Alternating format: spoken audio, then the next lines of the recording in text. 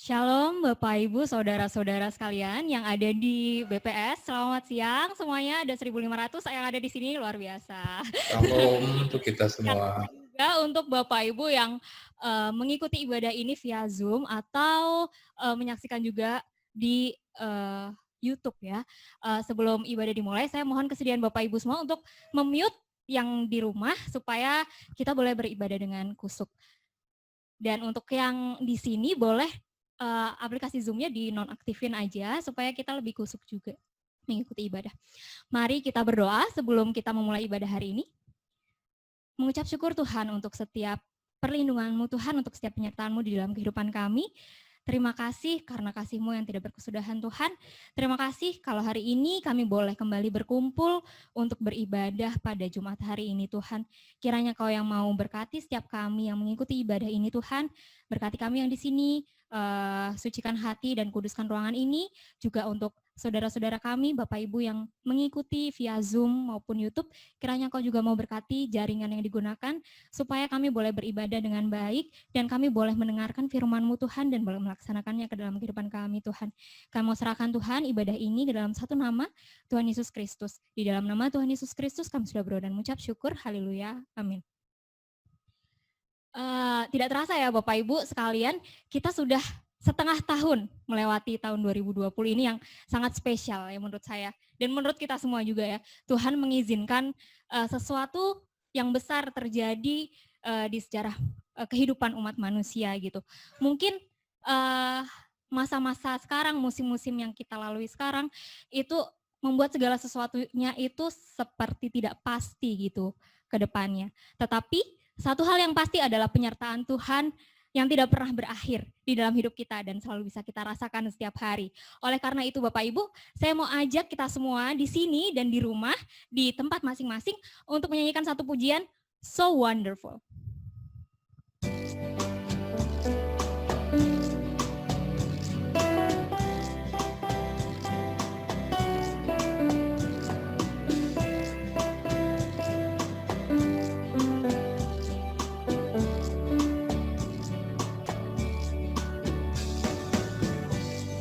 Walk with me now through the fields of newborn spring, through the flowers sweet, a heart that's full of love for everything.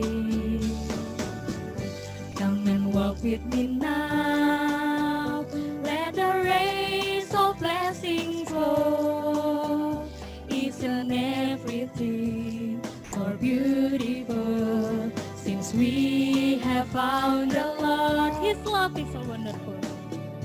His love is so wonderful, filling me like never before. His love is so bountiful, great enough for us all. His love is so wonderful, filling every day with a song, and joy like the rain will forever fall from His wonderful love. Bait yang kedua. Come and read from the Word, and we'll search to understand as we read the many verses that we seek to know His plan. Come and kneel and we'll pray for the things that He'll provide. Isn't life so wondrous and so full when God is by your side? His love is so wonderful. His love is so wonderful, filling me like never before. His love is so bountiful, great enough for us all. His love is so wonderful, filling every day with a song, and joy like the rain will forever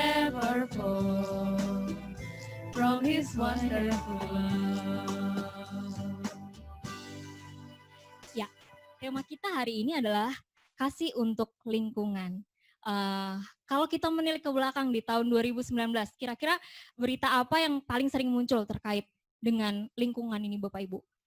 Yang pertama, polusi udara Jakarta ya. Itu luar biasa banget tahun lalu. Terus di Korea juga ada fine dust, ada debu halus gitu ya, lalu sampah plastik dan macam-macam gitu. Dan di tahun 2020 ini Tuhan izinkan sesuatu terjadi. Kita boleh merasakan COVID gitu. Mungkin di musim yang muram ini ya, ada satu hal yang bisa saya syukuri gitu. Waktu itu sekitar bulan Maret sebelum kita WFH, saya jalan ke kantor. Terus saya ngeliat langit Jakarta tuh biru banget gitu, yang nggak pernah saya lihat sebelumnya di tahun 2019. Jadi saya sampai berpikir gitu, oh ternyata langit Jakarta bisa biru juga ya, bisa seger juga udaranya gitu. Jadi saya berpikir mungkin melalui COVID ini bumi sedang mendetoksifikasi dirinya gitu, dan mungkin lewat pandemi ini kita juga diingatin sama Tuhan gitu tentang kita tuh hidup berdampingan dengan lingkungan gitu ya. Karena selama ini mungkin kita terlalu tamak manusia itu. Jadi untuk memenuhi kebutuhan hidupnya kita sampai mengeksploitasi dan merusak lingkungan gitu. Saat ini kita boleh diingatkan kembali untuk hidup berdampingan dengan lingkungan, salah satunya ya menjaga kebersihan diri dan kebersihan lingkungan kita. Saat ini kita akan membahas lebih dalam tentang kasih untuk lingkungan yang akan nanti dibawakan oleh Bapak Haskar Lianus Pasang, Head of Sustainability Policy and Compliance dari PT Smart Tbk. Tapi sebelumnya saya mau ajak Bapak Ibu saudara-saudara sekalian untuk menyiapkan hati kita. Mari kita pujikan satu pujian. Penuhkanlah bejanaku.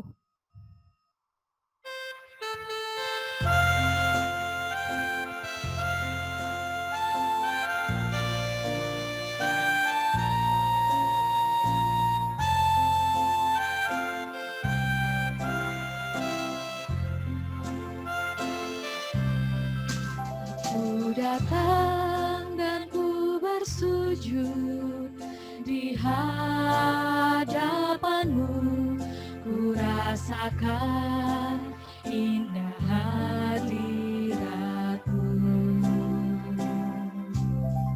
Telah ku buka mata hatiku dan seluruh jiwaku untuk ku nikmati firman-Mu. Firman-Mu yang kuasa untuk mengubah sikap hati. Firman-Mu yang tegakkan di saat ku terjatuh. Penuhkanlah bejanaku dengan air sungai-Mu. Ku haus akan firman-Mu yang kuasa. Firman-Mu yang kuasa untuk mengubah sikap hati. Firman-Mu yang tegakkan di saat ku terjatuh. Penuhkanlah bejanaku dengan air sungai-Mu. Ku haus akan firman-Mu. Kepada Bapak Haskar dipersilahkan. Selamat siang Bapak dan Ibu yang dikasihi Tuhan Yesus. Saya mendapat kehormatan berbicara di depan Bapak Ibu, mengangkat satu topik yang menurut saya salah satu topik yang selama ini banyak kita lupakan karena kita sibuk dan kita bersyukur ya, kita bersedih tetapi kita juga bersyukur COVID membuka mata kita. Sebagai orang lingkungan, saya melihat bahwa kita harus di stop oleh Tuhan dengan menggunakan virus yang kecil, sangat kecil. Itu adalah cara Tuhan untuk mereset kembali bagaimana ciptaannya boleh dihargai, bagaimana ciptaannya boleh dipulihkan, dan bagaimana kita sebagai murid-muridnya boleh mengambil tugas dan tanggung jawab yang jauh lebih besar dari yang kita kerjakan selama ini.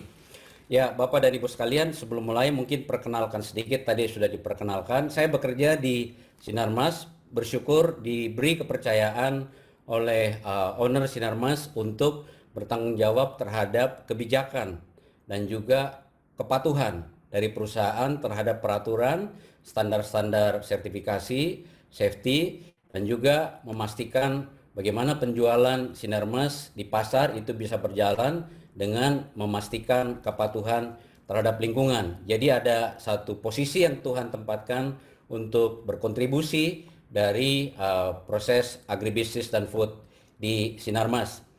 Nah, saya sendiri tinggal di Bogor, sudah berkeluarga, anak 2, sudah besar-besar, jadi sekarang tinggal berdua dengan istri. Saya punya passion di bidang lingkungan, sehingga saya menulis buku ini, Mengasihi Lingkungan. Judulnya sama dengan topik kita, diterbitkan oleh literatur Perkantas. Kenapa saya menulis buku? Karena sekitar 20 tahun yang lalu, saya sering bolak-balik ke KLHK, lingkungan. Dan di situ saya lihat bahwa hampir semua agama memberikan atau diberi kesempatan untuk memberikan panduan bagi umatnya. Bagaimana mengasihi, bagaimana percaya terhadap lingkungan. Nah, ketika sampai ke Kristen tidak ada. Sehingga mereka mengatakan, Pak Haskar, orang lingkungan bisa nggak nulis? Nah, dari situ saya menuliskan buku ini dan sekarang digunakan sebagai referensi oleh PGI, kemudian gereja-gereja Injili. Bagaimana kita sebagai umat Tuhan yang ditempatkan bukan kebetulan di Indonesia melakukan tugas kita untuk merawat, untuk memelihara dan menjaga. Baik, Bapak dan Ibu sekalian, topik kita pada siang hari ini adalah kasihilah lingkunganmu atau mengasihi lingkungan. Sebelumnya, mari kita tunduk kepala, mohon pimpinan Tuhan untuk mencerahkan hati dan pikiran kita, dan kita boleh diberi kesukaan terhadap firman-Nya dan juga melakukan firman itu dalam kehidupan kita selanjutnya. Kita berdoa. Ya Tuhan, Tuhan kami, betapa mulianya nama-Mu di seluruh bumi. Keagungan-Mu yang mengatasi langit dinyanyikan. Dari mulut bayi-bayi dan anak-anak yang menyusu, telah Kau letakkan dasar kekuatan karena lawan-Mu, untuk membungkamkan musuh dan pendendam. Jika aku melihat langit-Mu buatan jari-Mu, bulan dan bintang-bintang yang Kau tempatkan, apakah manusia sehingga Kau mengingatnya? Apakah manusia sehingga Engkau mengindahkannya? Namun Engkau telah membuatnya hampir sama seperti Allah dan telah memahkotainya dengan kemuliaan dan hormat. Engkau membuat dia berkuasa atas buatan tangan-Mu. Segala-galanya telah Kau letakkan di bawah kakinya. Kambing domba dan lembu sapi sekalian, juga binatang-binatang di padang, burung-burung di udara, dan ikan-ikan di laut, apa yang melintasi arus lautan.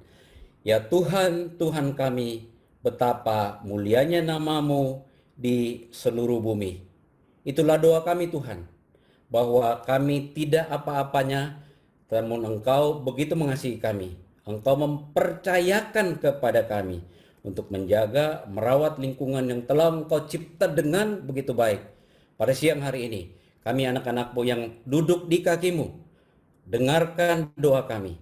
Mampukan kami tidak hanya diperkaya intelektual kami dengan mendengarkan firman, tetapi gerakkan dan tanam firman itu di hati kami.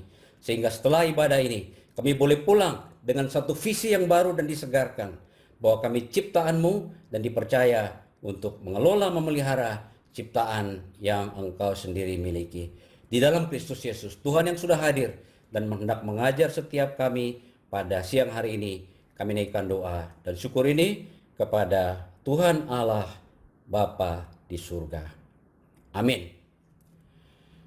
Bapak dan Ibu sekalian, saya mengajak kita membaca kitab Kejadian, pasal yang kedua, ayat yang keempat sampai yang ke-17. Kejadian pasal yang kedua, ayat 4 sampai ayat yang ke-17. Saya akan bacakan dan silakan Bapak Ibu menyimaknya. Demikianlah riwayat langit dan bumi pada waktu diciptakan. Ini berbicara tentang Kejadian 1 ayat 1 sampai 31. Ketika Tuhan Allah menjadikan bumi dan langit, belum ada semak apapun di bumi, belum timbul tumbuh-tumbuhan apapun di padang, sebab Tuhan Allah belum menurunkan hujan ke bumi, dan belum ada orang untuk mengusahakan tanah itu. Tetapi ada kabut ke atas dari bumi, dan membasahi seluruh permukaan bumi itu. Ketika itulah Tuhan Allah membentuk manusia itu dari debu tanah dan menghembuskan nafas hidup ke dalam hidungnya. Demikianlah manusia itu menjadi makhluk yang hidup. Ayat yang ke-8.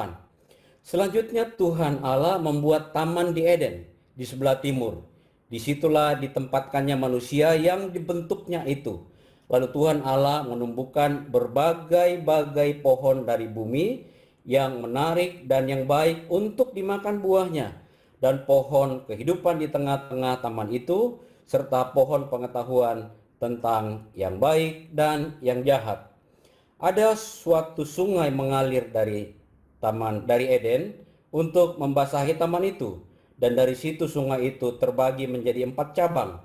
Yang pertama namanya Pison, yakni yang mengalir mengelilingi seluruh tanah Hawila, tempat emas ada, dan emas dari negeri itu baik. Di sana ada damar, bedola, dan batu krisopras. Nama sungai yang kedua ialah Gihon, yakni yang mengalir mengelilingi seluruh tanah Kus. Nama sungai yang ketiga ialah Tigris, yakni yang mengalir di sebelah timur Asyur. Dan sungai yang keempat ialah Efrat. Ayat yang ke-15. Tuhan Allah mengambil manusia itu dan menempatkannya dalam Taman Eden untuk mengusahakan dan memelihara taman itu. Lalu Tuhan Allah memberi perintah ini kepada manusia. Semua pohon dalam taman ini boleh kau makan buahnya dengan bebas. Tetapi pohon pengetahuan tentang yang baik dan yang jahat itu janganlah kau makan buahnya. Sebab pada hari engkau memakannya, pastilah engkau mati.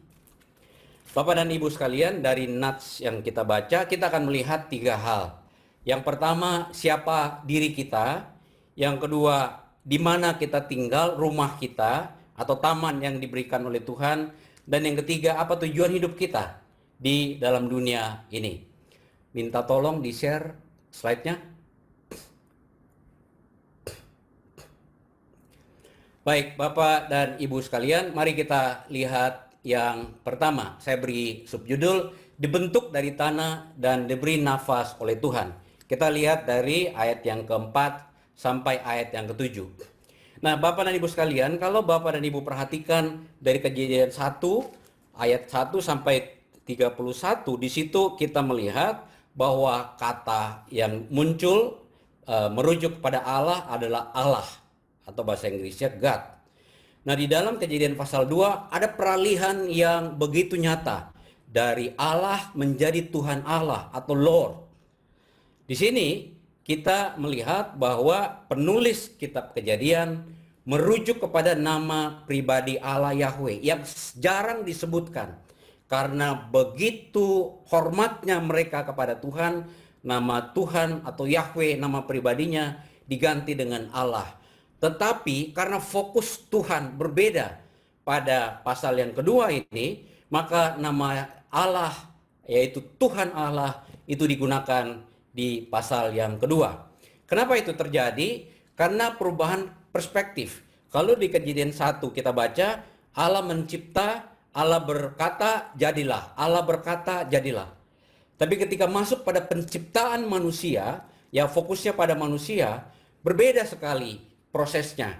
Nah, sehingga saya ingin mengatakan bahwa karena begitu peduli Allah terhadap manusia dan berbeda dengan ciptaan yang lain, maka manusia adalah puncak dari ciptaan. Fokus dari seluruh ciptaan adalah manusia. Kenapa dia dicipta terakhir? Karena ada tugas dan tanggung jawab yang akan diberikan oleh Tuhan kepadanya. Dan juga perubahan dari penggunaan kata Allah menjadi Tuhan Allah itu membukakan kepada manusia satu perspektif yang harusnya menjadi patokan, menjadi pedoman bagi manusia bahwa siapa dia sebetulnya adalah bahwa dia dicipta untuk bersekutu dengan Allah. Ya, ini yang harus kita ingat bahwa Tuhan sendiri menempatkan fokus pada manusia ketika beralih dari Kejadian 1 ke Kejadian 2. Nah, di Kejadian pasal yang kedua, kita juga lihat bahwa Tuhan itu dekat. Nanti kita akan lihat, Tuhan berjalan-jalan di taman, berbicara dengan manusia, Adam dan Hawa, sebelum mereka jatuh ke dalam dosa. Tapi kalau kita balik ke Kejadian pasal 1, di situ Allah mencipta, jadi. Allah mencipta, jadi. Allah itu sesuatu yang remote, yang jauh, yang ada hanya bisa berkomunikasi secara virtual, ya kira-kira begitu, tidak dekat dengan penciptanya. Nah, di dalam Kejadian 2 ini terjadi perubahan yang sangat menarik. Nah, saya ingin mengajak kita khususnya melihat pada ayat yang ke-7.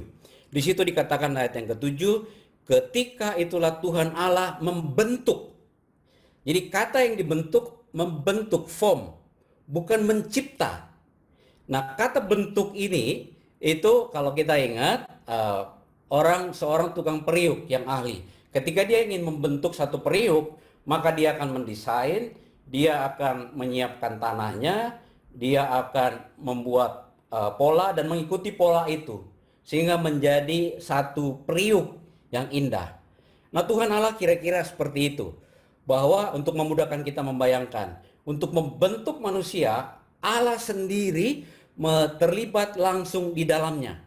Dan untuk membuat manusia itu, di ayat yang ke-7 yang sama, yaitu dibentuk manusia itu dari debu tanah. Jadi tanah itu atau debu tanah itu kata yang digunakan untuk nama Adam. Jadi Adama itu sebetulnya tanah. Nah, sehingga harusnya kita sebagai manusia sadar dengan sungguh-sungguh bahwa kita ini anak tanah yang dibentuk dari tanah oleh seorang tukang periuk agung. Ya. Nah, setelah dibentuk tidak ada bedanya kita dengan periuk karena tidak bisa bergerak, tidak ada nafas. Baru pada 7b di situ dikatakan dan menghembuskan nafas hidup ke dalam hidungnya. Demikianlah manusia menjadi makhluk yang hidup. Jadi Allah menghembuskan nafas hidup. Ini membuat perbedaan antara kita dengan ciptaan yang lain. Jadilah tumbuhan, jadilah ikan, jadilah binatang. Tetapi Allah mencipta kita, memberikan nafas kehidupan ke dalam manusia, supaya apa? Supaya manusia itu tahu siapa dirinya, bahwa dia ada di dalam tangan Allah. Bahasa yang kita gunakan kalau Bapak Ibu baca kitab Yakobus misalnya, manusia itu seperti uap. Sekejap, bisa saja Tuhan mengambil, Tuhan melepaskan. Karena Tuhan punya hak untuk menarik dan memberikan nafas kehidupan. Nah, setelah manusia yang dibentuk dari tanah itu dan dihembuskan nafas kehidupan di dalamnya, maka kita bisa ingat apa yang dituliskan di dalam Kejadian 2 ayat 26-27. Marilah kita mencipta manusia serupa dan segambar dengan kita.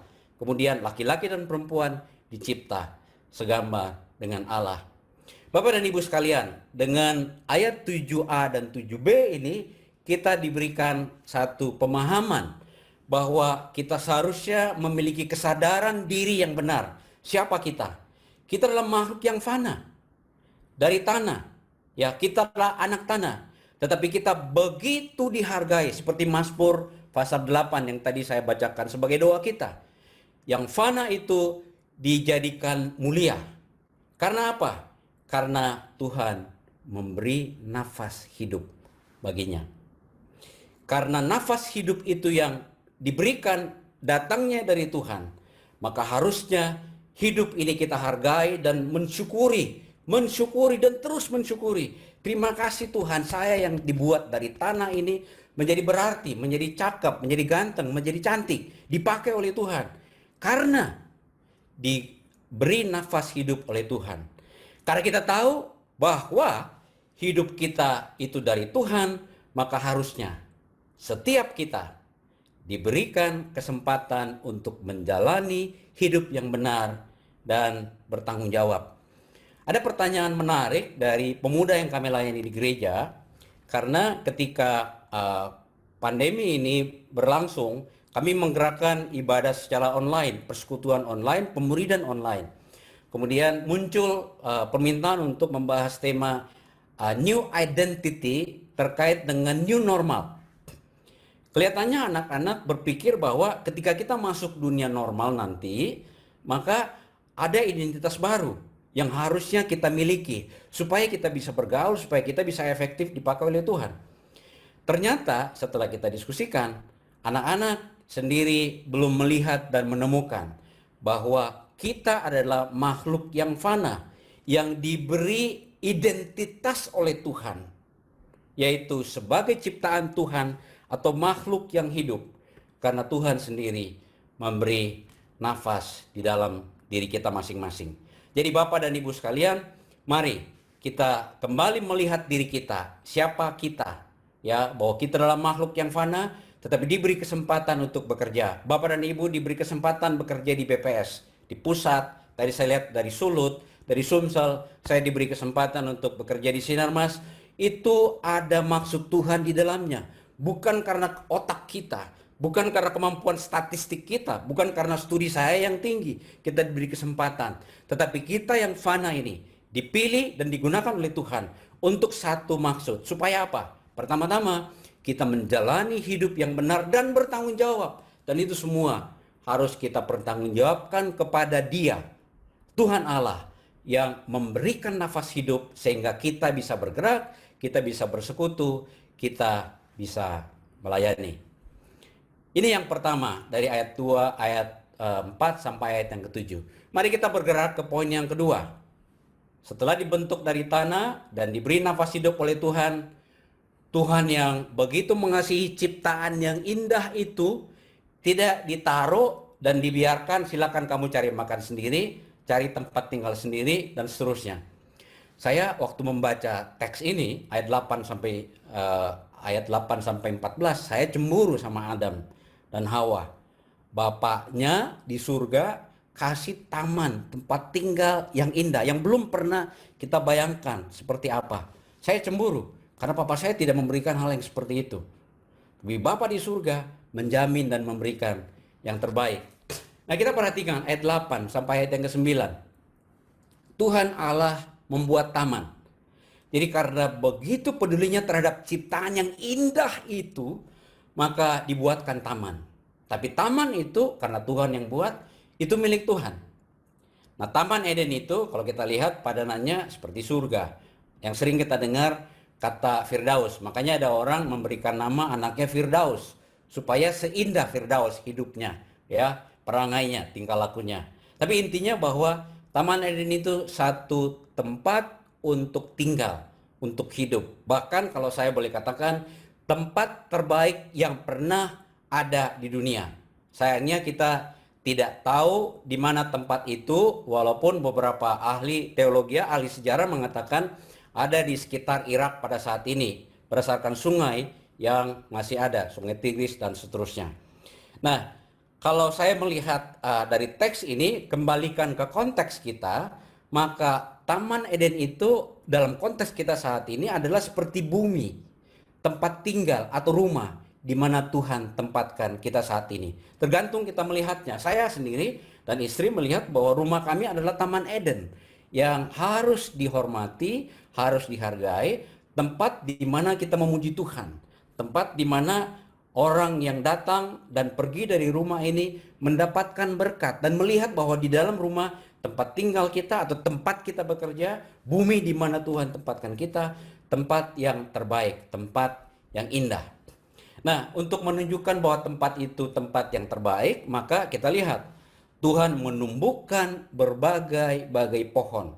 Jadi keanekaragaman hayatinya begitu tinggi, ya, beraneka ragam bentuknya.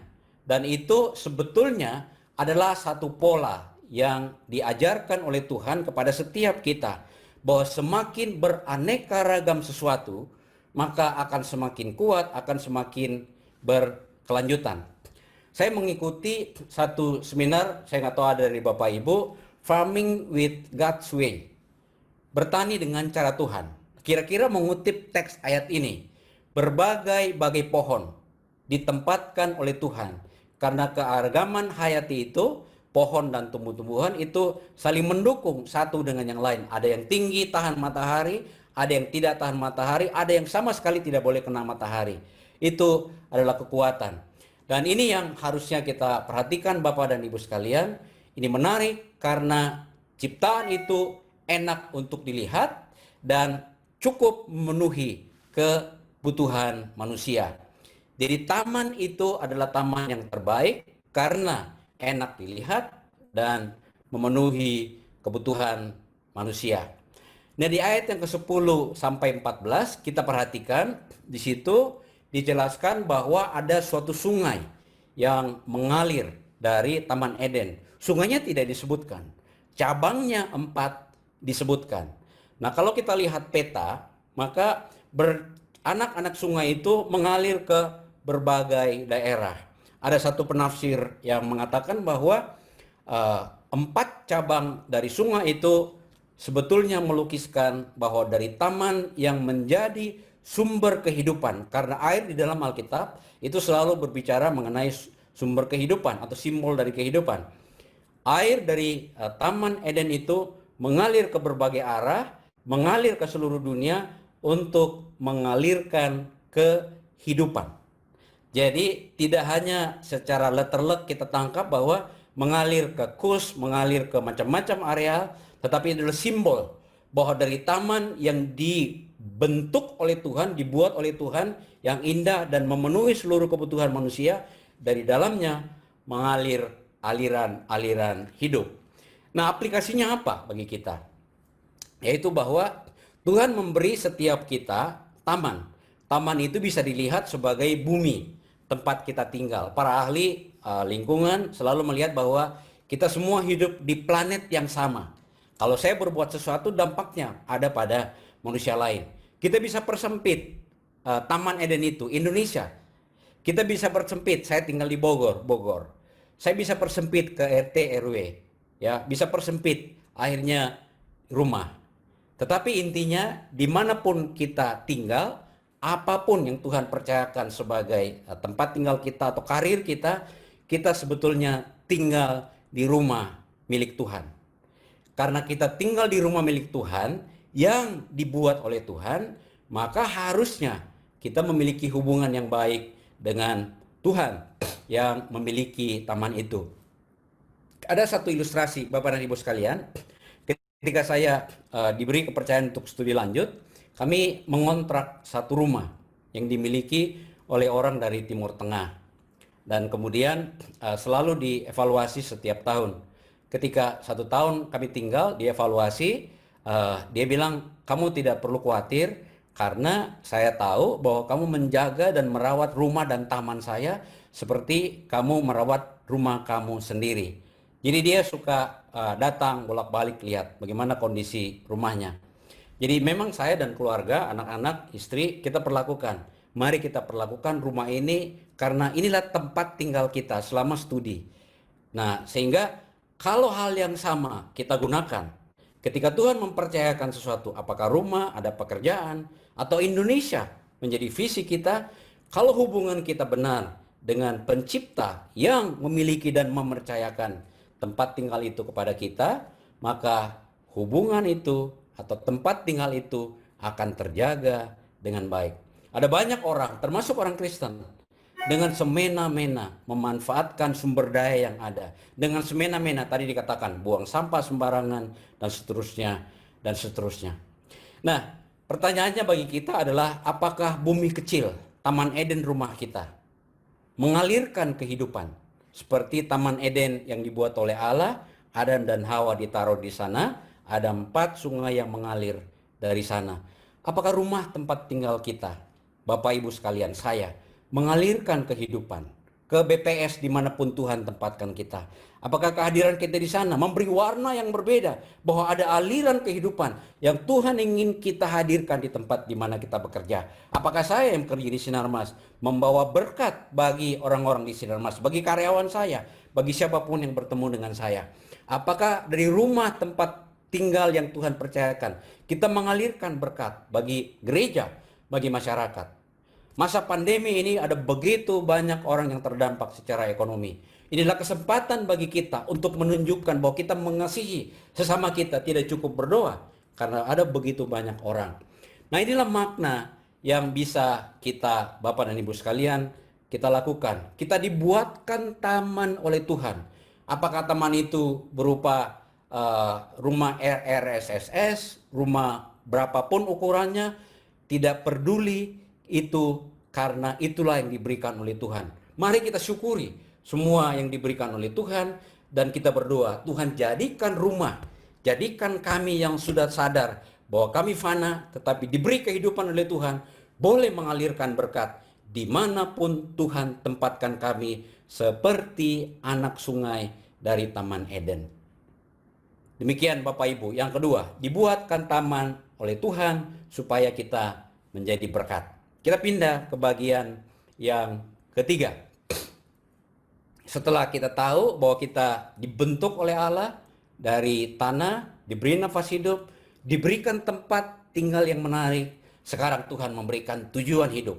Jadi Tuhan tidak asal mencipta, tapi memberikan tanggung jawab kepada setiap yang dicipta. Inilah tujuan hidup yang diberikan kepada setiap manusia. Bukan hanya ahli lingkungan, ahli statistik juga diberi tugas dan tanggung jawab itu.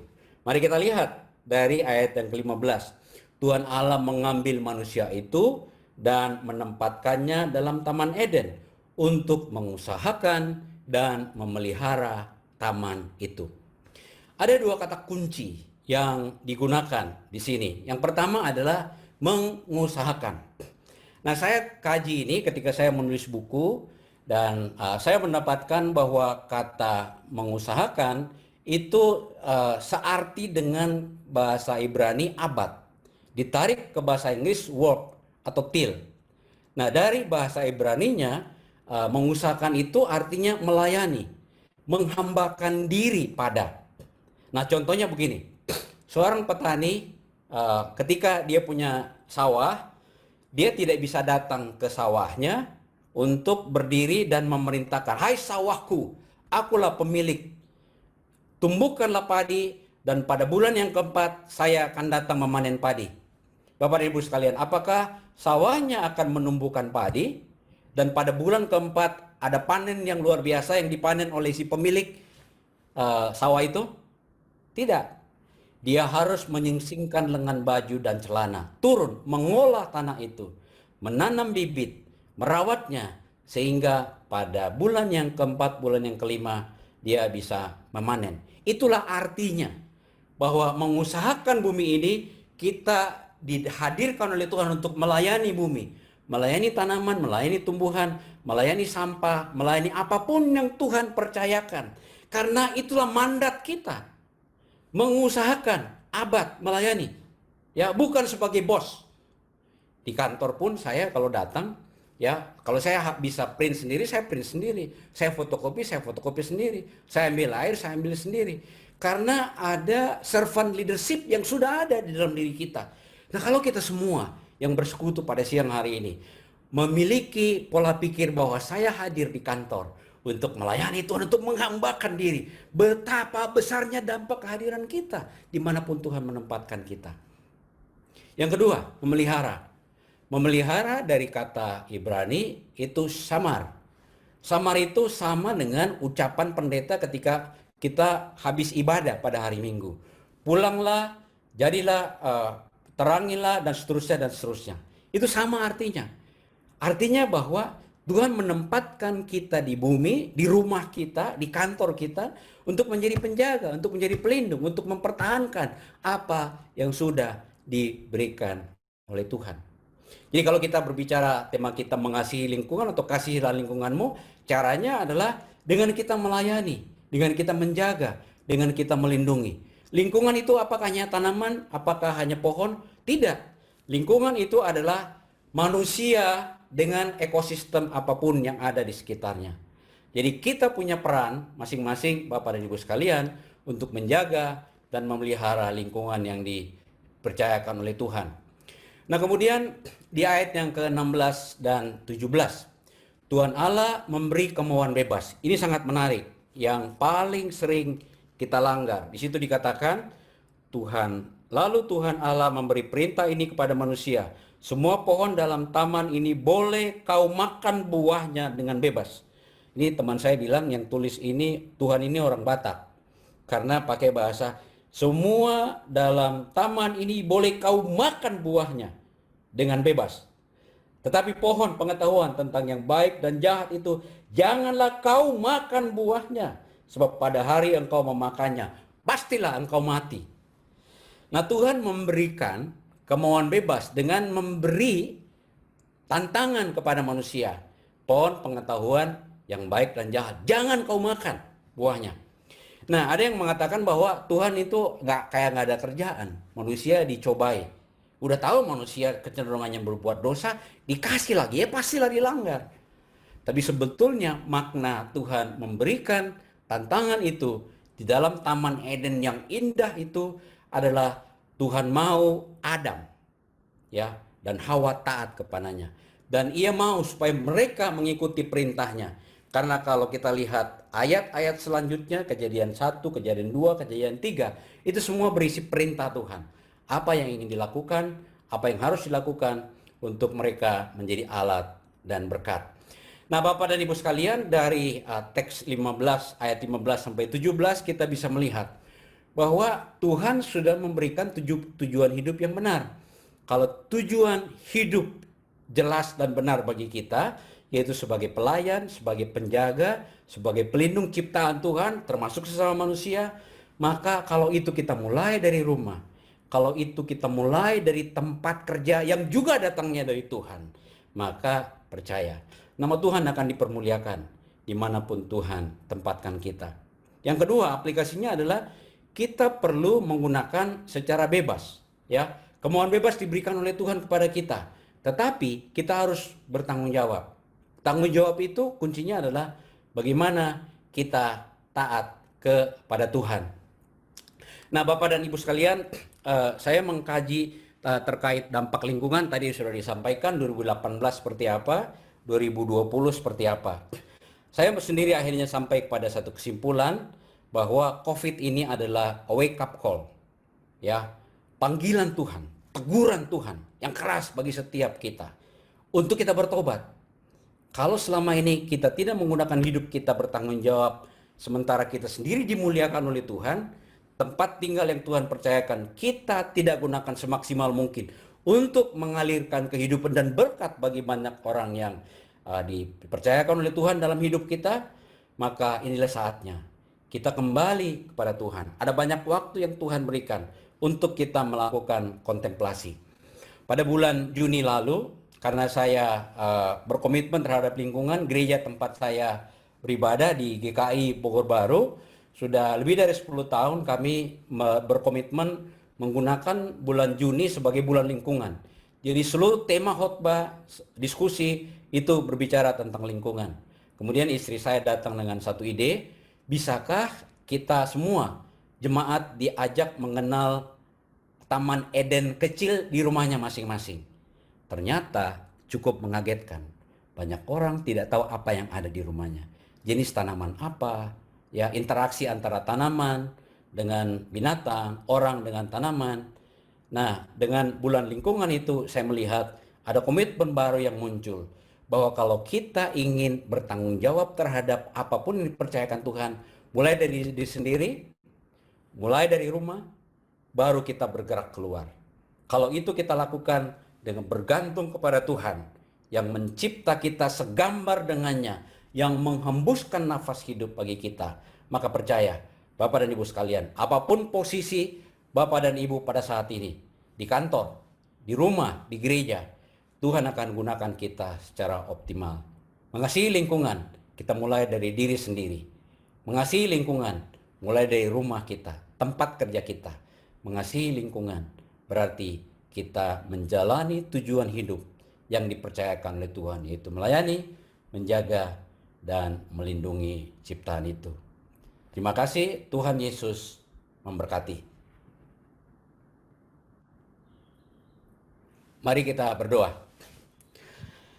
Sekali lagi kami tunduk di hadapan Tuhan, termasuk menundukkan hati dan pikiran kami di hadapan-Mu. Kami yang dicipta, dibentuk oleh Tuhan segambar dengan Engkau sendiri. Kami berdoa, Tuhan gunakan kami sebagai alat Tuhan. Kalau selama ini kami banyak menggunakan waktu untuk hal-hal yang tidak esensial, tetapi yang opsional. Dengan COVID ini, kami bersyukur Tuhan menegur kami untuk lebih melihat hubungan kami dengan Tuhan, persekutuan kami dengan Tuhan, sejauh mana kami menanam firman di dalam diri dan hidup kami. Sehingga seperti topik pada siang hari ini, kami boleh menyadari siapa kami. Kami boleh mensyukuri tempat tinggal, pekerjaan, pelayanan kami. Dan kami boleh mensyukuri bahwa dari kehidupan yang Tuhan percayakan, kami akan terus dijadikan alat Tuhan. Menjadi berkat bagi keluarga kami, bagi kantor kami, bahkan menjadi berkat bagi bangsa dan negara kami. Hamba berdoa bagi setiap kami yang hadir. Tuhan, hadirlah dengan kuasa Roh Kudus, sehingga setiap kami boleh melihat dan mengandalkan Tuhan di dalam pekerjaan kami, di dalam usaha kami, sehingga di dalam dan melalui kehidupan kami, nama Tuhan dipermuliakan. Persekutuan pada hari ini kami persembahkan hanya kepada Tuhan di dalam Kristus Yesus. Tuhan yang sudah mengajar kami naikkan doa dan syukur ini kepada Tuhan Allah Bapa di surga. Amin.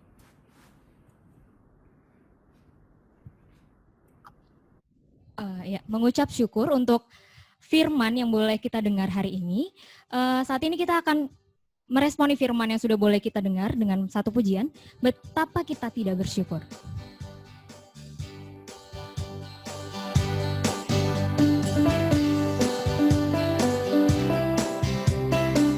Bapak Ibu yang ada di ruangan ini kalau mau bertepuk tangan boleh ya. Betapa kita tidak bersyukur, bertanah air kaya dan subur, lautnya luas, gunungnya megah, menghijau padang bukit dan lembah. Itu semua berkat karunia Allah yang agung maha kuasa. Itu semua berkat karunia Allah yang agung. Sekali lagi kita nyanyikan pujian. Betapa kita tidak bersyukur, betapa kita tidak bersyukur, bertanah air kaya dan subur, lautnya luas, gunungnya megah, menghijau padang bukit dan lembah. Itu semua berkat karunia Allah yang agung maha kuasa.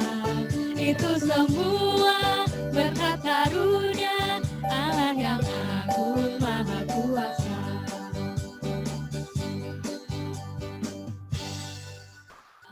Saat ini saya akan membacakan warta jemaat, mengucap syukur untuk pelayanan firman hari ini yang dibawakan oleh Bapak Haskar Lianus Pasang. Kiranya Tuhan memberikan berkat kepada Bapak Haskar Lianus Pasang dan keluarga, dan semakin semangat untuk melayani ke depannya, baik di kantor, di rumah, maupun di gereja, di mana saja. Kemudian pelayan hari ini, pemimpin pujian Diarnikan Larasati, pemusik Bapak Gaib Hakiki, singer adalah Priscilla Kalista, tim multimedia adalah Saudara Kristana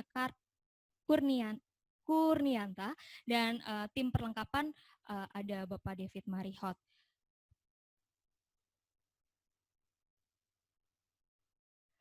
Jumlah persembahan kasih pada PD Jumat 10 Juli 2020 adalah sebesar Rp600.000. Kemudian untuk selama ibadah daring ini, Bapak, Ibu, jemaat semua dapat memberikan persembahan melalui Bendahara Persekutuan Doa BPS, Ibu Dewi Rismaya Marpaung dengan rekening BRI nomor 1257 0100 3703 502 dengan berita persembahan. Kami juga mengundang Bapak, Ibu, dan saudara-saudari yang rindu untuk membagikan talentanya dalam bentuk puji-pujian atau hal lainnya untuk dapat menghubungi Saudara Simon Halomoan Siagian. Lalu ada beberapa berita pada persekutuan kita, dan mungkin nanti boleh minta Bapak Haskar untuk bisa mendoakannya ya Pak, karena ini cukup banyak, mungkin nanti bisa ditulis atau bisa ditampilkan. Yang pertama adalah warga PD BPS yang berbahagia karena berulang tahun, ada 3 orang, yaitu Ibu Retno Supriyastuti, tanggal 16 Juli, Ibu Yusniar Yuliana, tanggal 16 Juli, dan Bapak Yosef Tarigan 16 Juli. Selamat ulang tahun kepada Bapak Ibu sekalian. Ini pokok doa yang pertama juga, ucapan syukur untuk yang berulang tahun.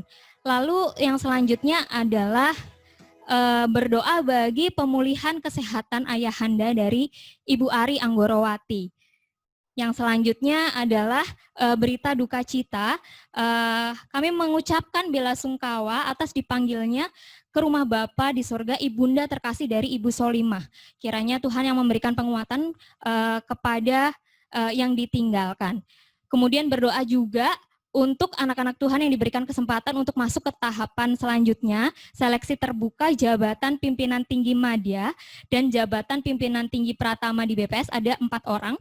Yang pertama adalah Ibu Endang Retno Sri Subiandani, yang kedua adalah Bapak Edi Setiawan, yang ketiga adalah Ibu Marieteti Nurieti, dan yang keempat adalah Bapak Timbul Parulian Silitonga. Kiranya Tuhan memberkati setiap tahapan dan setiap persiapan yang dilakukan oleh Bapak Ibu sekalian. Kemudian pokok doa selanjutnya adalah untuk kondisi negara yang sedang memasuki tahap adaptasi kebiasaan baru ya, adaptasi kebiasaan baru. Lalu untuk para pemimpin bangsa dari presiden sampai pemimpin di daerah, baik sipil maupun militer. Dan yang terakhir adalah minta tolong juga untuk didoakan semua petugas kesehatan maupun tenaga administrasi yang terlibat langsung di garis depan. Terima kasih Pak Haskar, nanti boleh minta tolong doa syafaat dan penutup. Tapi sebelumnya, dari renungan hari ini, dari firman yang dibagikan, saya mendapati bahwa kita hidup di bumi, dan bumi itu miliknya Tuhan, tadi sudah dijelaskan. Bumi miliknya Tuhan, dan kita menumpang di miliknya Tuhan ini. Dan ketika kita memiliki hubungan pribadi yang baik dengan Tuhan, kita akan bisa memiliki kepekaan terhadap bumi ini. Kita akan berusaha untuk menjaga bumi ini dengan baik, dan pada akhirnya kita boleh berdampak bagi orang-orang di sekitar kita dan bumi ini, gitu. Jadi kemanapun Tuhan membawa kita pergi, hendaklah kita selalu mengandalkan Tuhan, memiliki hubungan yang baik dengan Tuhan. Jadi kita bisa berkata, Tuhan, jika Engkau tidak besertaku, aku tidak mau kemana-mana. Mari kita pujikan lagu ini. May your presence go with us.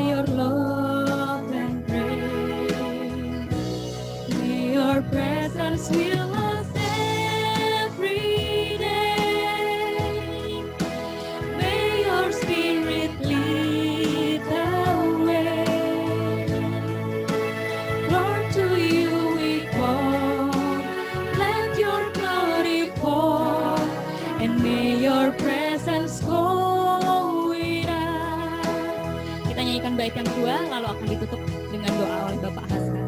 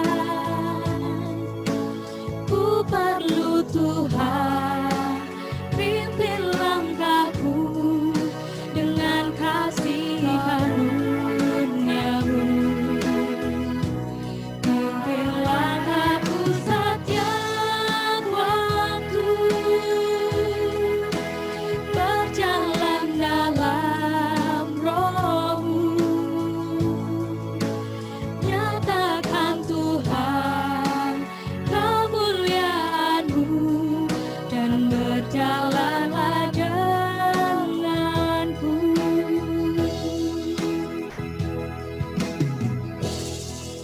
Kepada Bapak Haskar dipersilakan untuk menutup di dalam doa. Ya, Bapak dan Ibu sekalian, mari kita akhiri persekutuan doa kita di dalam doa. Kita berdoa. Kami sungguh bersyukur Bapa di surga, ibadah kami secara virtual akan segera berakhir. Kau telah berbicara, Kau telah mengajar kami. Biarlah firman yang sudah kami dengarkan boleh tertanam jauh di lubuk hati kami dan menggerakkan kami untuk semakin mensyukuri siapa diri kami dan berjalan bersama dengan Tuhan, termasuk bagaimana kami menghargai ciptaan Tuhan di sekitar kami, mulai dari rumah kami, mulai dari tempat kerja kami, mulai dari gereja kami, dimanapun Tuhan tempatkan kami. Ibadah kami yang sejati akan segera mulai di meja kerja kami, di ruang kerja kami, di jalan, dan setelah kembali ke rumah atau kami berada di rumah pada saat ini. Biarlah di situ orang lain boleh melihat bahwa kami yang sudah bersekutu dengan Tuhan mendapatkan kesegaran, mendapatkan visi, mendapatkan kekuatan untuk belajar bergantung sepenuhnya pada Tuhan menjalani kehidupan di tengah dunia ini. Bapa di surga, ada banyak pokok doa yang kami hendak panjatkan. Kami sungguh bersyukur karena persekutuan ini Tuhan boleh beri kesempatan bagi kami untuk menyapa satu dengan yang lain, boleh memuji dan memuliakan Tuhan. Mensyukuri banyak saudara-saudara kami yang diberi kesempatan untuk menikmati kasih karunia Tuhan, untuk ulang tahun mereka, untuk kesempatan mendapatkan posisi yang jauh lebih baik. Kami serahkan mereka ke dalam tangan Tuhan. Biarlah Tuhan bekerja di balik semua rencana manusia. Karena kami tahu tidak ada yang dapat menghindari cara Tuhan bekerja dengan mengubah situasi, dengan mengubah keadaan, mengubah orang, bahkan mengubah kami sendiri untuk layak digunakan oleh Tuhan semakin efektif di dalam posisi-posisi yang baru, termasuk kami semua yang ada dalam pekerjaan masing-masing pada saat ini. Ajar kami untuk mensyukurinya bahwa itu semua datang dari Tuhan, dan kami ingin memberikan yang terbaik hanya untuk Tuhan sebagai pertanggungjawaban kepada Tuhan yang memberikan kehidupan kepada setiap kami. Saudara-saudara kami yang berulang tahun, kami juga mensyukuri Tuhan tambahkan usia. Biarlah saudara-saudara kami boleh terus melihat ke depan, bahwa di dalam dan berjalan bersama Tuhan, saudara-saudara kami akan dimampukan untuk menikmati hari-hari yang ada di depan bersama dengan Tuhan, dan menghadirkan berkat dari hari ke hari, sehingga banyak orang semakin melihat dan mengalami Tuhan lewat kehadiran mereka, baik di kantor, di rumah, dimanapun Tuhan tempatkan mereka. Pemerintah bangsa dan negara kami sedang berjuang mati-matian dengan segenap upaya, segenap strategi, segenap sumber daya, uang dikucurkan untuk menyelesaikan masalah ini. Namun kami melihat di sana sini ada begitu banyak rakyat yang tidak disiplin. Untuk itu Tuhan, ajar kami tidak hanya menjadi pendoa, tapi ajar kami mulai dari diri kami sendiri berdisiplin. Mendisiplinkan anggota keluarga kami, anggota di kantor kami masing-masing. Sehingga virus positif ini boleh menyebar, sehingga menghentikan virus negatif yang sekarang sedang beredar dalam kehidupan bangsa dan negara kami. Para tenaga medis yang ada di garda terdepan, Tuhan juga jaga dan lindungi mereka. Terus ingatkan mereka agar betapa berharganya kehidupan orang-orang yang sakit, yang boleh diselamatkan, dan juga betapa berharganya kehidupan mereka dengan menjaga keseimbangan dari pola hidup dan juga pekerjaan mereka. Kami juga berdoa bagi Biro Badan Pusat Statistik yang ada di Jakarta, yang ada di berbagai daerah.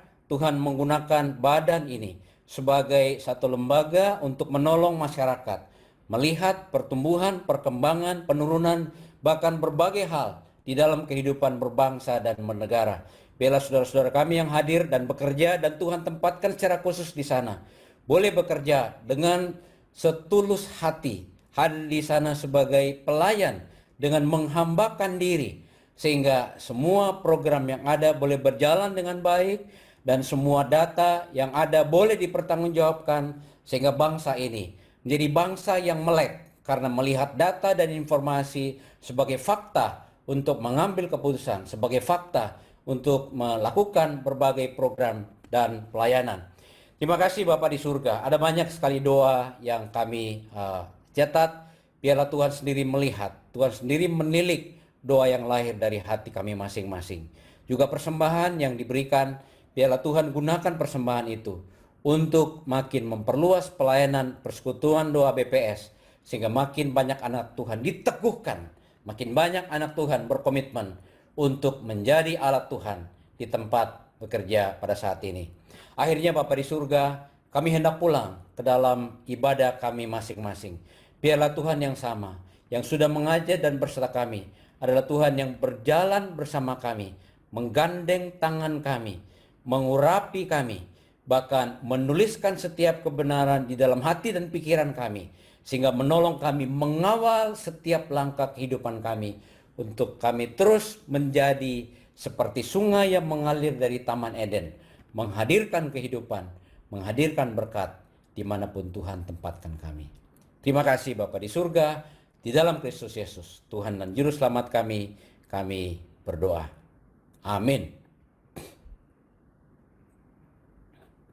Bapak Ibu, ibadah kita sudah selesai hari ini. Selamat kembali ke ibadah kita yang sejati, yaitu tempat kita bekerja dan dimanapun Tuhan menempatkan kita. Selamat hari Jumat, selamat bekerja, Tuhan berkati, dan terima kasih untuk Pak Haskar untuk firman-Nya hari ini. Terima kasih Bapak Ibu sekalian.